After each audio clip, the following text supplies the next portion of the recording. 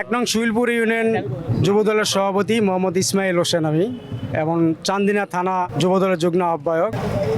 আমরা শুইলপুর ইউনিয়ন থেকে এবং চান্দিনা থেকে আজকে যে শুডাউন শাওন সাহেবের জন্য আমরা রেখেছি, আমরা ইনশাল্লাহ আশাবাদী দেশনায়ক তারেক রহমান আমাদের শাওন সাহেবকে ছাড়া নমিনেশন কারোর জন্য চিন্তা ভাবনা করবে না। আর আমরা যতক্ষণ শাওন সাহেবকে এমপি বানাইতে না পারি, সংসদে পৌঁছান পর্যন্ত আমরা মাঠে কাজ করে যাব ইনশাল্লাহ।